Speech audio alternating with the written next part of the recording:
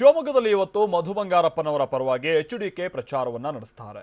ಅದರಲ್ಲೂ ಬಿಎಸ್ವೈ ಅವರ ಕ್ಷೇತ್ರ ಅಂದ್ರೆ ಶಿಕಾರಿಪುರದಲ್ಲಿ ಎಚ್ಡಿಕೆ ಇವತ್ತು ಕ್ಯಾಂಪೇನ್ ಮಾಡ್ತಾರೆ.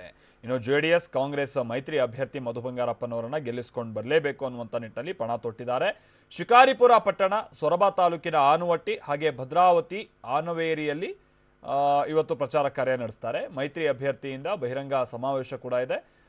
ಎಚ್ಡಿಕೆ ಕ್ಯಾಂಪೇನ್ ಮಾಡ್ತಾ ಇರುವಂತ ಇನ್ನೊಂದು ವಿಚಾರ ಅಂದ್ರೆ ಎಚ್ಡಿಕೆ ಕ್ಯಾಂಪೇನ್ ಮಾಡ್ತಾ ಇರುವಂತಹ ಸ್ಥಳಗಳಲ್ಲೇ ಇವತ್ತು ಯಡಿಯೂರಪ್ಪನವರು ಕೂಡ ಪ್ರಚಾರ ನಡೆಸ್ತಾರೆ. ಬಿಜೆಪಿ ಅಭ್ಯರ್ಥಿ ಬಿ.ವೈ. ರಾಘವೇಂದ್ರ ಪರವಾಗಿ ಬಿ.ಎಸ್. ಯಡಿಯೂರಪ್ಪನವರು ಪ್ರಚಾರ ನಡೆಸ್ತಾರೆ. ಶಿಕಾರಿಪುರ, ಸೊರಬ, ಆನುವಟ್ಟಿಯಲ್ಲಿ ಯಡಿಯೂರಪ್ಪ ಪ್ರಚಾರ ನಡೆಸ್ತಾರೆ.